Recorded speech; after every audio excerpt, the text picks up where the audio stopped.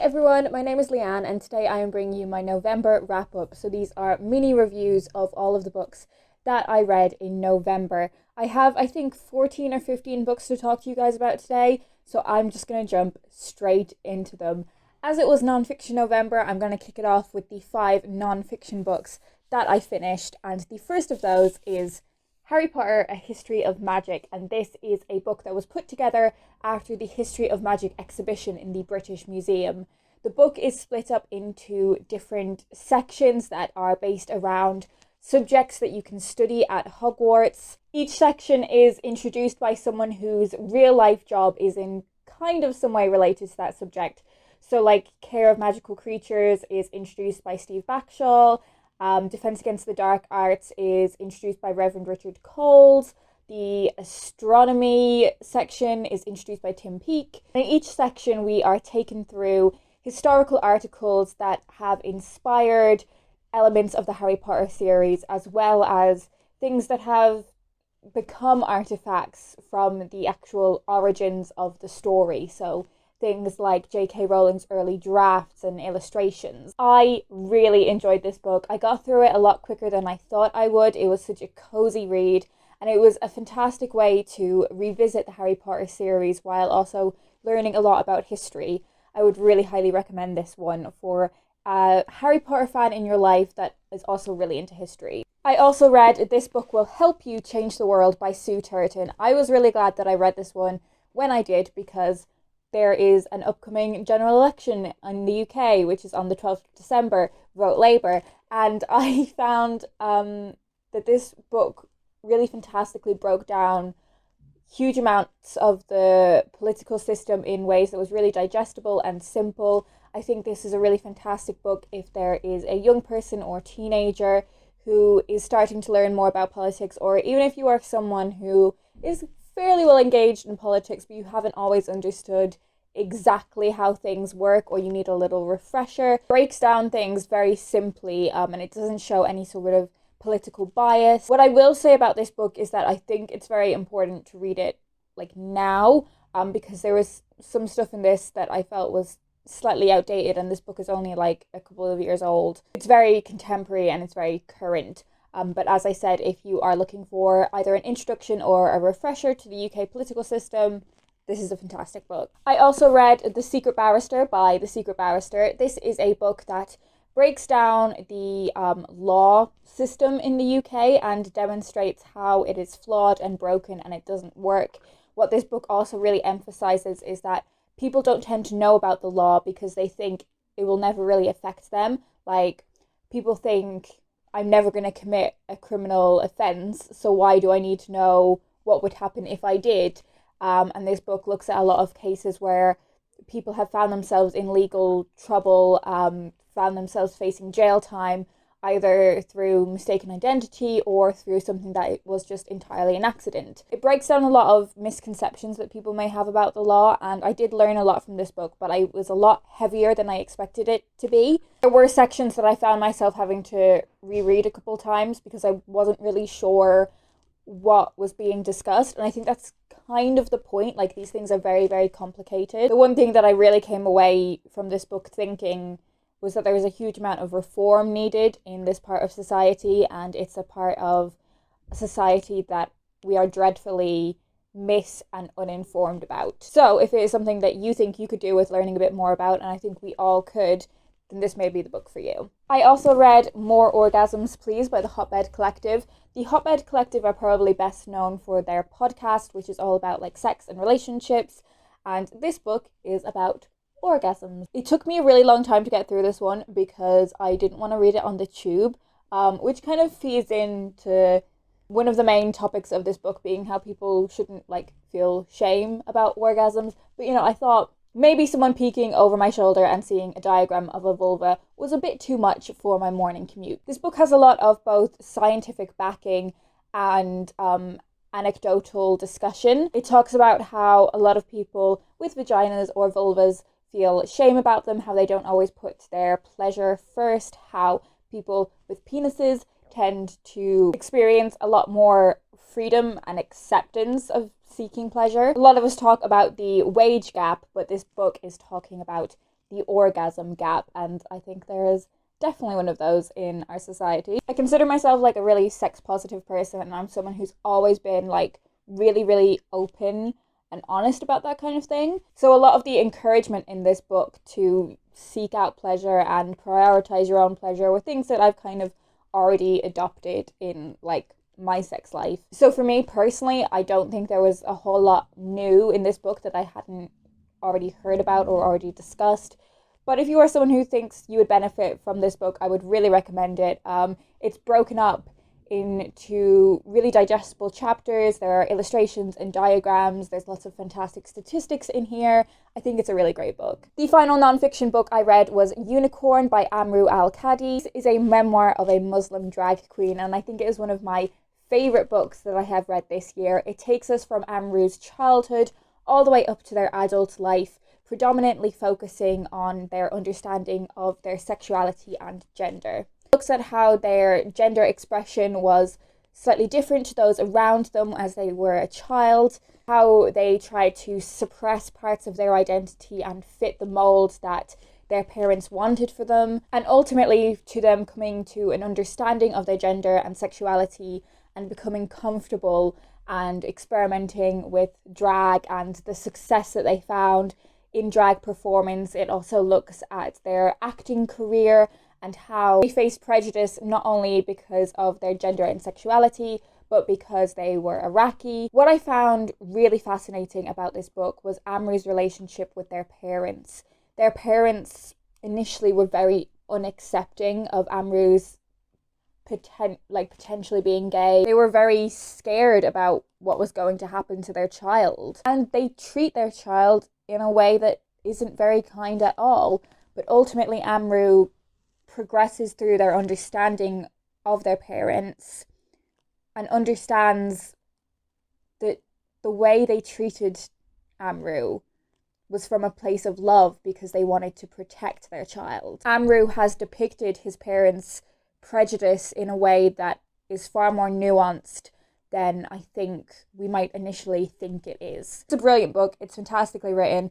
Amrou is a fantastic person to spend time with. I listened to the audio book of this, which they read themselves, and that was an amazing reading experience. I would highly, highly recommend this book. I think it is essential queer reading. Moving on to the fiction that I read in November, the short story collection I read was How to Love a Jamaican by Alexia Arthurs. Short story collections tend to be quite a mixed bag for me, and this one was no different. There were definitely stories that I preferred more than others, but the two that I thought were the strongest were the title story, How to Love a Jamaican, and the first story, Light Skinned Girls and Kelly Rowlands. I would say that the first few stories in this have a bit more of a YA kind of style to them, and they get more kind of grown up as the collection progresses, which I thought was really great. They're kind of slice of life stories about people either living in Jamaica or Jamaican immigrants. All of the characters in this collection were really well crafted and nuanced. I think sometimes if you are writing a short story collection about people who share a particular identity, sometimes those characters can become quite samey, and that definitely wasn't the case with this collection. Although where I think Alexia Arthur's strength was really showcased was when she was writing about characters who didn't really feel like they belong anywhere. Stories were really evocative of the senses. I think there was a lot of cultural details woven into these stories very seamlessly. I think Alexia Arthurs has a real confidence as a writer. I thought this was a really strong short story collection. Next up, I have Writers and Lovers by Lily King. This comes out in May 2020. So there's a little bit of time to wait before you can get your hands on a copy, but I think it's worth flagging now because I really, really enjoyed this book. This book follows an adrift young woman named Casey. She is in her early 30s and she moves back to Massachusetts after the end of a love affair.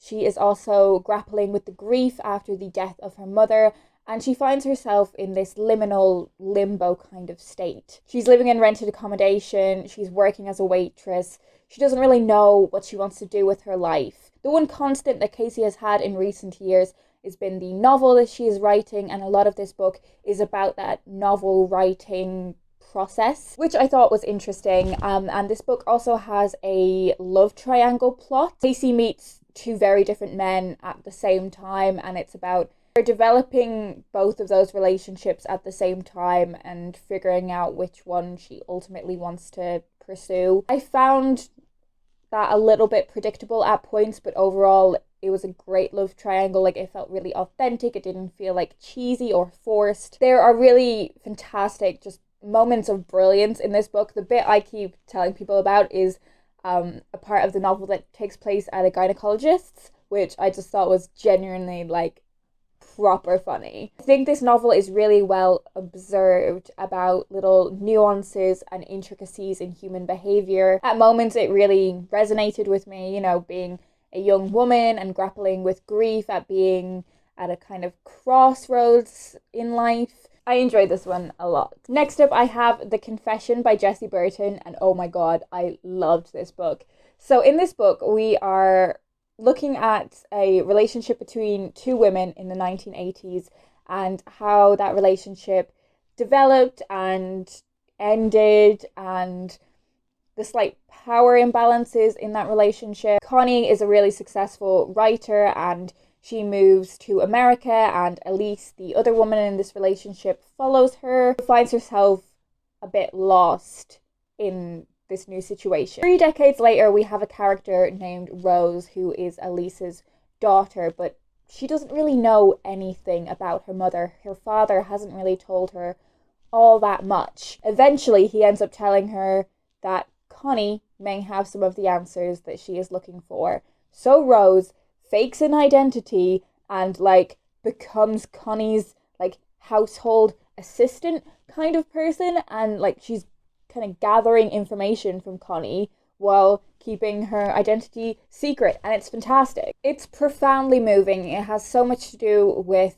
motherhood and love and how we can forge unexpected, very important relationships. Like Writers and Lovers is one that has a lot to do with the novel writing process. Connie is someone who had a lot of early success with her writing, but now as she gets a lot older and realizes that she's running out of time to tell the stories that she wants to tell, there's a lot of focus in this novel on that pursuit. Really fantastic. This was the first Jessie Burton book that I've read, but now I'm really excited to go back and read her other books, The Miniaturist and The Muse. In November, I also read The Bride Test by Helen Kwan. This is a romance, slightly steamy book about two characters, Kai and Esme.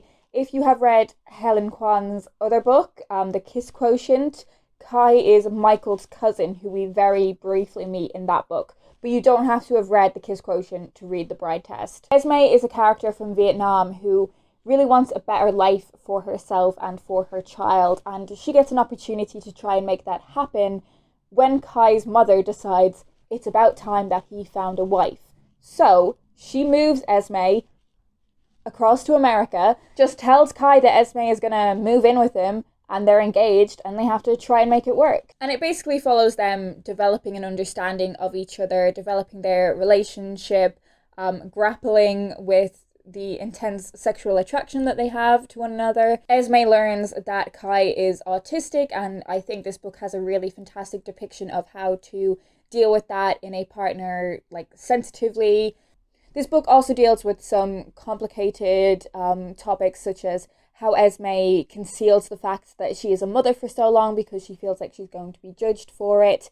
And what I've really loved about Helen Kwan's books is that she doesn't sacrifice really important topics for the sake of the sexy bits in the book, and vice versa. Like, she can brilliantly allow those two things to coexist, and she shows that they're not mutually exclusive in her writing. And what I will say about the sexy bits is that they are very sexy. There's a huge focus on consent in her books, which is fantastic, and also she can make non-sexual scenes be like so arousing. There's one bit where Esme is cutting Kai's hair, and I think it's possibly one of the sexiest scenes I've ever read in a book, because it's just all of their internal thoughts and tension. It's fantastic.